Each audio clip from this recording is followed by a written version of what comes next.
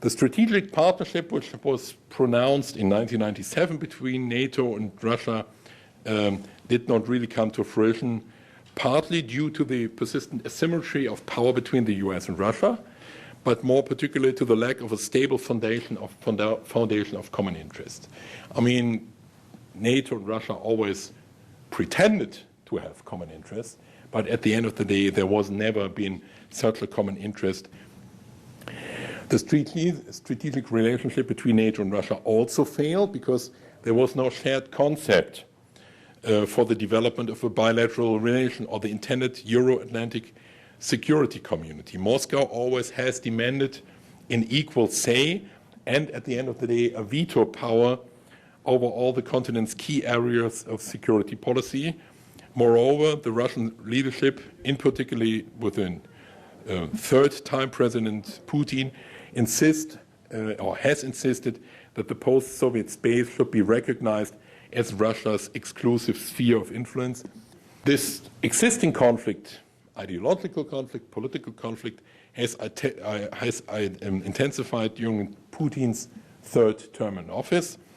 The Russian president now justifies or has justified or continues to justify his claim to leadership in the post-Soviet spheres in terms of civilization, casting Moscow on the role of a protective power for the Russian-speaking community. And this calls into question the inviolability of state borders in the post-Soviet space. And Moscow relies now on the rule of law to achieve in its interests that it does on, relies less on the rule of law to achieve its interests than it does on political, economic, and military power. So the key question is, what are we going to do with Russia? And I would like to lay out three, I would call it scenarios or perspectives. The first one is old concept called containment.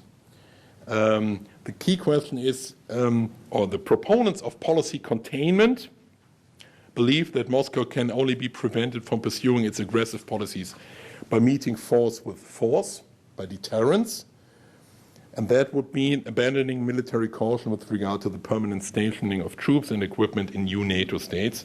It would also mean expanding NATO's collective defense capability against Russia.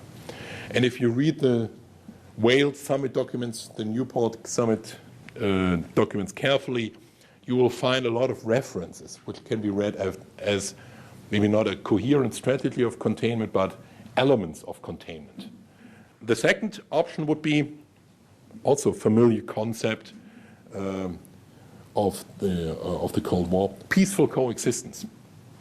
Peaceful coexistence works on the idea that there is no prospect of integrating Russia into the Euro-Atlantic framework of institutions and principles of behavior. That would be the end, basically, of the strategic partnership between NATO and Russia. That would be basically the end of the Euro-Atlantic acquis communautaire, the Euro-Atlantic consensus as we know it. In this model, it is assumed that the two sides can agree not to resort to military action in their conflict, and this would be damaging to both. At the same time, peaceful coexistence means marking out and acknowledging, and here starts the problem, one another's sphere of influence. NATO would almost certainly not be able to go along with this, as it would mean giving up the principles and norms which it agreed with Russia in 1990. So, at the end of the day, we'll probably end up with a mixed bag of reassurance, cooperation, and limited security guarantees.